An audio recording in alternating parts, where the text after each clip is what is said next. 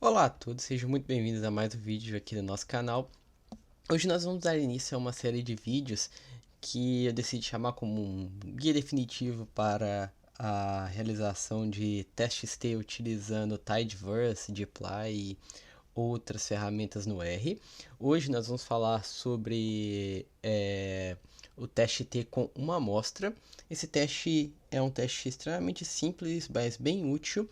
A gente utiliza ele quando nós queremos comparar, por exemplo, a nossa média com uma média populacional ou uma média teórica, hipotética, que a gente tenha levantado num experimento anterior, ou até mesmo em condições como, por exemplo, que a gente queira comparar relação entre casos e controles, onde nós podemos expressar o dado como porcentagem de controle e assim a gente comparar o quanto esse valor se difere de 100%, ok?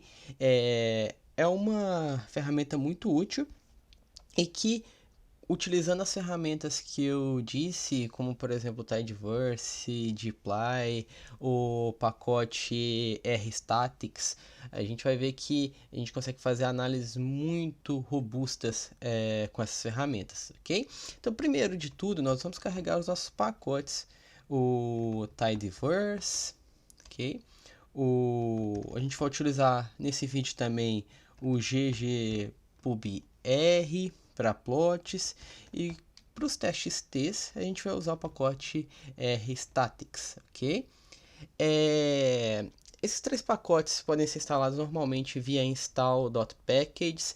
Se você não viu ainda como instalar um pacote no R, a gente tem vídeos aqui no nosso canal ensinando.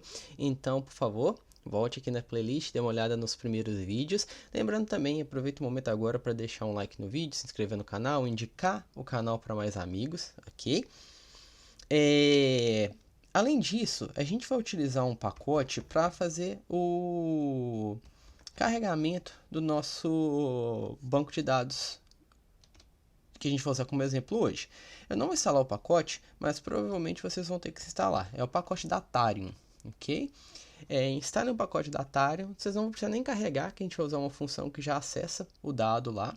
Então já vamos partir aqui, vamos carregar o dado, vamos usar data, o nome desse conjunto de dados é mais, e a gente vai chamar ele a partir do pacote Datarium, como eu disse para vocês, ok? Agora a gente tem mais aqui. Vamos ver o que é mais. Vamos dar head de mais, ok? Vamos colocar aqui head mais. O Datarium é um table. Table a gente viu na nossa videoaula anterior, ok? E ele aqui não é nada mais nada menos do que uma tabela composta por 10 observações em duas colunas, ou seja, a gente tem 10 medidas de peso de diferentes camundongos, ok? Então a gente tem 10 medidas de peso para camundongos. Antes de a gente começar a fazer um teste T, é sempre muito importante a gente dar uma visualizada na estatística descritiva do nosso dado, ver como o nosso dado se distribui, principalmente em relação média e desvio padrão. Perfeito? Aqui, para realizar a estatística descritiva, nós vamos utilizar a função getSummaryStats, ok? E a gente vai chamar mais, usar o operador pipe, como a gente viu também no nosso vídeo anterior de dplyr, ok? Summary stats, ok? Essa é a função getSummaryStats. Nós vamos chamar a coluna peso, perfeito? E aqui a gente vai pedir qual tipo de estatística descritiva a gente vai querer. No caso aqui a gente vai escolher min e SD. Você tem uma série de outras escolhas, ok? Mas aqui a gente vai escolher min e SD. Executando esse comando, perdão, eu sempre faço esse erro. O pipe, o operador é maior do que, não menor do que, ok? Então aqui nós temos um table, da mesma forma, com uma linha, 4 colunas, onde a gente tem na primeira coluna um caractere composto pelo nome da variável que nós estamos avaliando a estatística descritiva, uma coluna n, que é o número de observações, média 20.1, desvio padrão 1.9, perfeito? E nós também podemos representar essa estatística descritiva por meio de um boxplot. Também temos vídeo aqui no canal, na playlist, sobre boxplots, uma explicação um pouco mais detalhada, mas aqui a gente vai executar como uma ferramenta de visualização dessa estatística descritiva. Muito simples, nós vamos salvar o nosso boxplot num objeto chamado bxp aqui, perfeito? Nós vamos chamar a função ggboxplot, e aqui nós vamos chamar mais na coluna de peso, wave, ok? Nós vamos escolher o width. Width é a largura do nosso boxplot. Nós vamos colocar 0.5, ok? E nós vamos usar o argumento que é add e nós vamos pedir para que sejam adicionadas duas coisas no nosso boxplot: a média e jitter. O que seria jitter? Jitter é os pontos individuais, os 10 pontinhos, as 10 medidas de peso que nós temos, ok? Já que o boxplot ele faz uma representação da estatística descritiva daquilo, né? Então, nós vamos também mudar o nosso nome do nosso eixo Y. Vamos colocar aqui como peso em gramas, ok? E nós não vamos ter um título para o nosso eixo X. Vamos colocar igual a falso, ok? Executa esse comando, vocês vão ver que tem alguns warnings aqui falando que a função de y está desatualizada, usar a função, mas nós não utilizamos aqui, é só um warning, não teve nenhum problema, ok? Chamando bxp, nós conseguimos visualizar exatamente o nosso boxplot. Lembrando que a primeira barra aqui da caixa é o primeiro quartil, a superior é o nosso terceiro quartil, a linha mais grossa aqui representa a mediana, ok?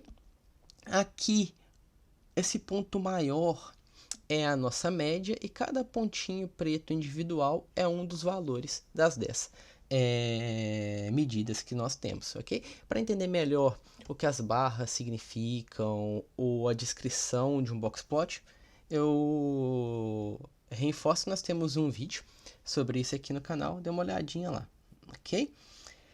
E antes da gente realizar um teste T por si, ou um teste T literalmente falando, nós temos outras medidas que nós devemos visualizar, ok? O que a gente falou dessa estatística sumária, a gente entendeu um pouco da nossa média, do nosso desvio padrão, mas existem alguns pré-requisitos, ok? Para a realização de um teste T. A gente leva em consideração a gente assume algumas características, principalmente a ausência de outliers e normalidade. Então nós vamos testar para essas duas coisas. Nós vamos checar aqui agora a questão da presença de outliers no nosso dado. Vamos aqui, presença de outliers. Presença de outliers é muito simples de ser feito utilizando os pacotes que nós escrevemos aqui sobre a questão da representatividade, da necessidade ou não de se excluir outliers. Isso vai muito de pesquisa para pesquisa, de análise para análise, ok? Então a gente não vai entrar nesse mérito aqui, mas nesse momento a gente vai checar se existe ou não outliers no nosso conjunto de dados. E é simples, a gente vai usar do pacote rstatics aqui a função identify outliers. E para isso a gente só vai adicionar aqui a coluna de peso. Lembrando que eu usei o operador pipe para conectar com o meu table mais. Vocês conseguem ver que eu tenho um resultado aqui com 0 linhas. Ou seja, eu não tenho outliers. Tranquilo, posso prosseguir. A próxima a gente vai checar normalidade. Normalidade, também temos um vídeo aqui no canal. Pode vir aqui na playlist de R-Dicas que vai existir um vídeo sobre normalidade, importância de se checar normalidade e métodos para se testar normalidade. Mas de qualquer forma, vamos aqui. E aqui a gente vai usar o teste de Shapiro, ok? Shapiro test wave. Novamente, existem outros testes, outras formas de se checar. Vai lá no vídeo de normalidade aqui do canal. Novamente, o output, nós temos um table, uma linha, 3 colunas, a variável peso, que é a que a gente está testando, né? A nossa estatística de teste do Shapiro e o nosso p-value. O nosso p-value é 0.3. Lembrando que, geralmente, a hipótese nula é sempre a igualdade, ou seja, nesse caso, nós estamos testando se o nosso dado tem uma distribuição normal, é igual a uma distribuição normal. Nós temos um p maior que um alfa pré-definido, por exemplo, de 0.05. Ou seja, a gente não rejeita a nossa hipótese nula. A gente não rejeita a hipótese que nosso dado tem a mesma distribuição que uma distribuição normal. Em resumo, o nosso dado tem distribuição normal. Então, ótimo, esse pressuposto aqui foi atendido. E também é sempre útil a gente visualizar a questão da distribuição normal. Aqui a gente vai usar perdão aqui, pessoal. Aqui a gente vai usar o comando ggqqplot para se produzir um qqplot. Também eu explico melhor o qqplot lá no nosso vídeo de normalidade. Vou adicionar aqui ggqqplot mais a nosso table e o x vai ser a nossa coluna de peso. E aqui eu tenho um qqplot, onde eu vou ter a minha linha teórica de distribuição, os meus pontos, e eu consigo observar quanto meus pontos desviam dessa linha teórica de distribuição em normalidade. A gente vê que a gente tem um ponto que desvia, a grande maioria se mantém próximo dessa linha de distribuição normal. Junto do nosso valor de P do teste de Shapiro, a gente pode definir que sim, parece que a gente tem uma distribuição normal aqui. Perfeito? Agora, partindo realmente para o teste T, de uma amostra, okay? Que é o foco do vídeo de hoje. Partindo sim para esse teste T, a gente também vai fazer utilizando uma função do pacote rstatics, ok? E a gente vai criar um objeto chamado statTest, que vai receber o que? O output de mais conectado, né, pelo operador pipe, e que vai ser submetido à função tTest, ok? tTest nós vamos chamar a coluna peso e nós vamos usar a fórmula til1. O que esse til1 significa? Significa que a gente está usando a nossa fórmula só a variável peso e o intercepto. Nós estamos assumindo que não existe outras variáveis independentes que vão, nesse caso, ter algum efeito sobre a nossa variável peso, ok? E nós estamos querendo comparar, nesse caso, vamos tentar comparar se a nossa média de peso nos 10 camundongos, ela se difere de uma média teórica de 25. Então, lembra como eu falei lá no início, nós temos uma média teórica, 25, e agora nós estamos querendo comparar se ela difere ou não dessa média. Isso pode ter vindo da média populacional, de um outro experimento, o que seja, ok? Lembrando também que nesse caso nós estamos fazendo o quê? Um teste bicaudal. Vocês poderiam alternar, por exemplo, a questão do two-sided aqui para one-sided ou o que seja, ok? O teste alternativo. E como nós temos somente uma amostra, a gente não está testando igualdade e variância, mas a gente vai ver isso no próximo vídeo, quando a gente for falar de um teste T comparando duas amostras, perfeito? Vamos executar esse comando. Se a gente chamar stat.test aqui, nós vamos ter um table com uma linha, 7 colunas, onde nós temos aqui a nossa variável y, que é o peso, o nosso grupo 1 e grupo 2, no caso, como a gente está usando só o intercepto na fórmula, a gente tem aqui 1 e o modelo nulo, né, já que a gente não tem nenhuma outra variável ali no modelo, o nosso nosso n, 10 camundongos, nossa estatística de teste, que é a estatística T, para o teste T, ok? Grau de liberdade igual a 9, n menos 1, nesse caso, ok? 10 observações menos 1. E o nosso p-value, o p-value 0.00002, ou seja, aqui a gente rejeita a hipótese nula, que geralmente é a hipótese da igualdade, ou seja, a nossa média não é igual a 25, ou seja, a nossa média ela é diferente de 25. Se a gente olhar, a gente lembra que nossa média é em torno de 21, ou seja, nossa média é menor. do que 25. Por isso é importante a gente olhar a questão do teste bicaudal também aqui. Uma coisa que é muito interessante de se olhar em testes T é a magnitude de efeito. É a gente testar o quão diferente é a nossa média em relação dessa média hipotética, ok? Então vamos aqui, vamos testar o tamanho do efeito aqui. Tem várias formas de testar tamanho de efeito. Aqui eu vou usar uma bem convencional, que é chamado de Cohen's-d, ok? Que é a métrica de Cohen's-d.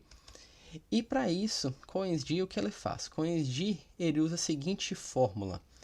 O D de Cohen aqui vai ser um valor que é obtido através da diferença absoluta da média de x com a nossa média teórica, populacional que seja, dividido pelo desvio padrão de x. Ou seja, o que é isso? Isso é uma medida padronizada da diferença em desvios padrão, ok? Entre as duas medidas que a gente está comparando. E a gente vai usar a função do rstatis também, que é o Cohen's-d, e a gente vai fazer da mesma forma. A gente vai adicionar aqui o wave com o intercepto, ok? Nós vamos comparar com a nossa média teórica de 25. E o que eu tenho aqui? Eu tenho de novo um tibo, dessa vez com 6 colunas, e muito similarmente eu tenho a minha variável, grupo 1, grupo 2, que a gente já explicou as diferenças. Aqui eu tenho a minha estatística de teste, o meu D, né, que é uma magnitude de efeito de menos 2,6. Eu tenho o meu N amostral e eu tenho a interpretação desse valor, que é uma magnitude de efeito grande, ok? De 2,6, que realmente é grande. Se a gente for olhar na descrição original do Cohen's-d, por Cohen's et al. 98, eles têm algumas classificações que, por exemplo, falam que até 0,2 o efeito é pequeno, até 0,5 eu tenho um efeito médio, 0,8 eu tenho um efeito grande, ok? Um grande efeito, uma magnitude de efeito grande. Mas esses thresholds, eles são bem variáveis em diferentes áreas de conhecimento, etc. Ok? Então não assumam isso como uma verdade absoluta, tentem utilizar no contexto da sua pesquisa, o contexto da sua análise. Ok?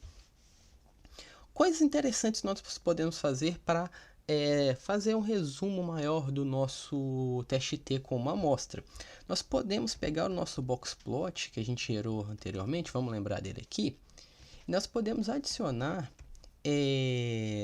as nossas estatísticas de teste. Por exemplo, vamos adicionar uma camada chamada de labs, onde a gente vai colocar um subtítulo, que aí a gente vai utilizar a função getTestLabel lá do rstatis, e aqui a gente vai chamar o objeto que a gente criou lá no teste T, e a gente vai colocar detailed igual a true, para a gente ter todas as informações.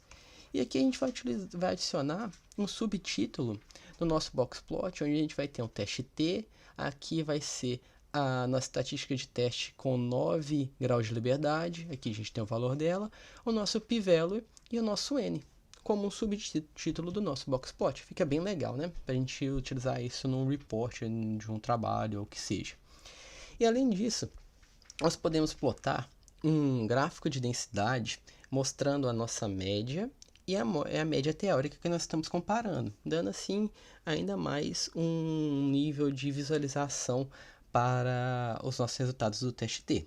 A gente vai usar a função ggDensity do pacote ggpubr. Nós vamos chamar mais, que é nosso dado. X vai receber peso, ok? Nós vamos usar rug igual a verdadeiro, ok? Rug, vocês vão ver que são pontinhos, são linhazinhas no nosso eixo X ali, mostrando a posição de cada um dos dados, ok? Já que a gente tem uma distribuição de densidade e não cada ponto individual, isso ajuda a gente a ver como está a densidade da distribuição ali. Nós vamos usar fill igual light gray, ok? Só para ser um cinza claro aqui. Nós vamos adicionar mais uma camada. Essa camada vai ser chamada de scale x continuous, que o que ela vai fazer? Vai permitir que eu coloque que eu delimite parâmetros gráficos para o meu eixo X aqui. No caso, eu só estou chamando os limites, ok? Eu quero meu limite, ele fique entre 15 e 27, então esse é meu limite inferior e superior do meu eixo X. Vou chamar o stat central tendency. Então a tendência central aqui que a gente vai utilizar vai ser o que? O tipo, a gente vai usar a média como tendência central desse meu gráfico, ok? A cor vai ser igual vermelha, ok? E eu vou usar um line type igual dashed. O que significa, pessoal? Line type igual... O que significa, na verdade, todos os argumentos. Então, eu estou criando um gráfico mostrando onde eu vou querer... mostrando que eu vou querer salientar uma tendência central, sendo a minha média, com a cor vermelha em uma linha pontilhada. Então, a gente vai ver isso no nosso gráfico no final, perfeito? Além disso, nós vamos adicionar mais uma linha pontilhada através do Geometric V-Line, do argumento aqui Geometric V-Line, onde nós vamos pegar o intercepto em x igual a 25, ou seja, a nossa média teórica igual a 25, cor igual a azul, e o nosso line type também vai ser igual ao que? Nosso line type aqui, ele também vai ser igual a dashed, ok? Dashed, perfeito? E por fim, nós vamos adicionar alguns subtítulos aqui, usando de novo labs, subtitle, get test label, como a gente viu. E aqui eu vou, get test label, eu vou chamar o stat test e detailed igual a verdadeiro. Vamos executar aqui o comando, vamos ver se não tem nenhum erro na digitação. Não tive. Vou dar um zoom aqui pra gente. O que a gente vai ver?